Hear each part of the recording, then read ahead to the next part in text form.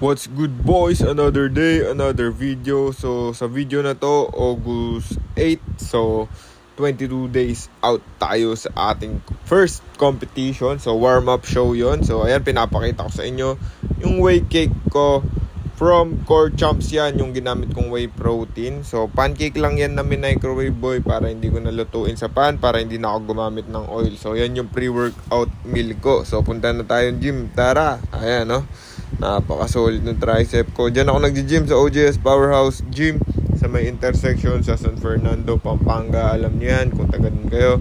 So push day pala tayo ngayon.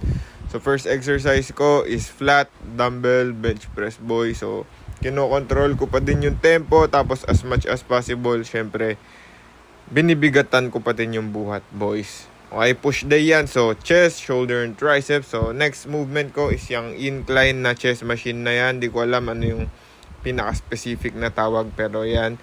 So, control pa din yung weights, boy, as much as possible. Tapos, as heavy as possible pa din without compromising form para hindi tayo magkaroon ng muscle loss. Tapos, next exercise, and nagpa-spot ako, Smith machine, shoulder press, boys.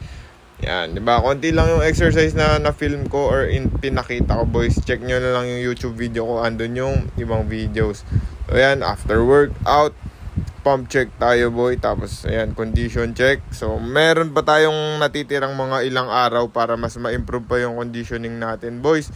Pero again, warm-up show lang yan or test show para lang masanay ako sa stage. Hindi pa dun yung pinaka-final form ko, boys. Ayan.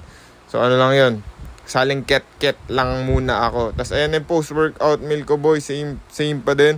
Green french fries and potatoes with eggs and chicken, boys. Taste test na natin. Sausawan ko suka na may nor, na may paminta, boy, sa aking green french fries.